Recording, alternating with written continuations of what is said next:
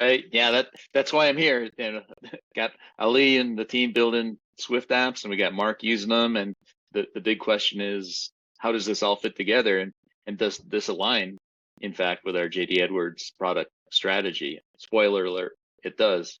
But first of all, Mark, you got to say that, you know, that's really a gas. What you've done is really slick.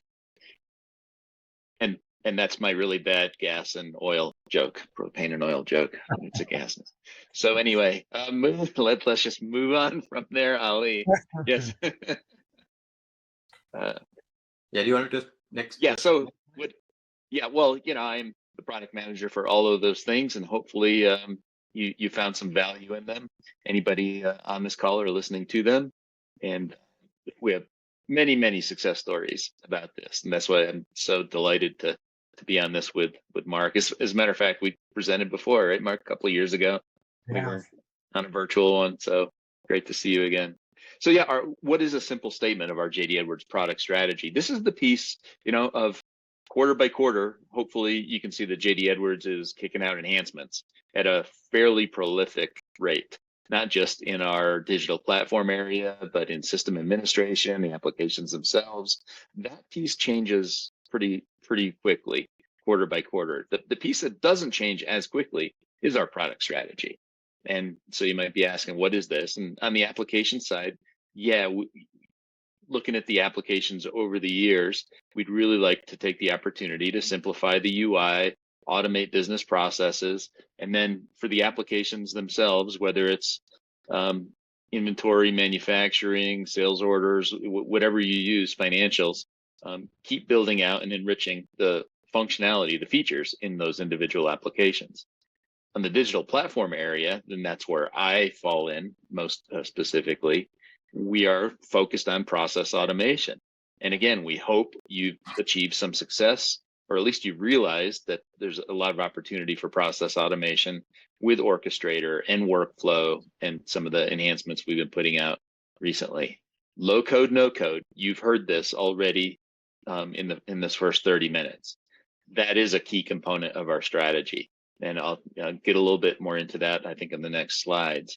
And these enterprise integrations. We realize that as important as JD Edwards is as your ERP system, and it could and should be a central point for all of your valuable data, we're not alone.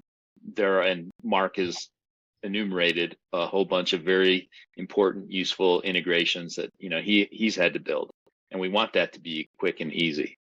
Then similarly, on the system administration side, we want to make it as easy as possible for you to install, update, deploy, and maintain your JD Edwards system. And that includes adopting cloud characteristics, maybe even running JD Edwards on cloud, modern infrastructure, good solid security, good solid hardware, and being able to update and patch quickly and easily.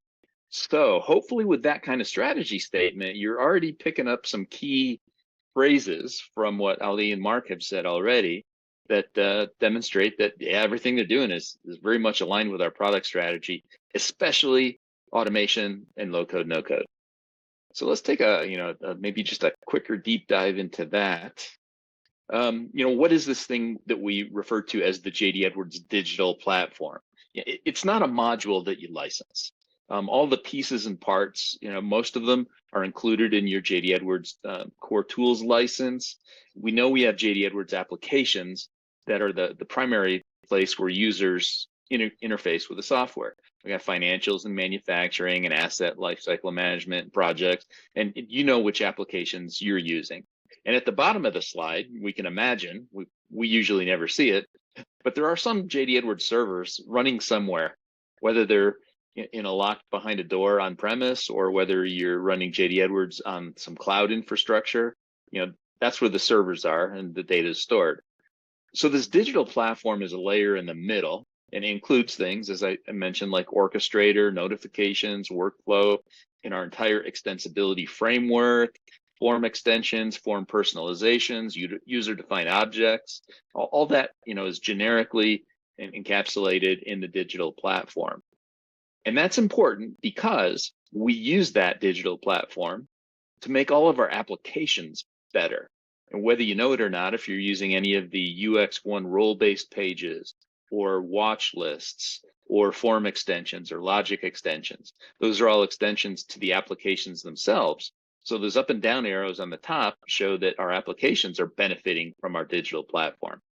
But horizontally, it's also the place where we interface with the digital economy, right? And Mark already mentioned he's leveraging Orchestrator for some integrations, right? There's Oracle Sales Cloud or Field Service, several third-party things. And so Mark has leveraged Orchestrator as an integration out to that digital economy.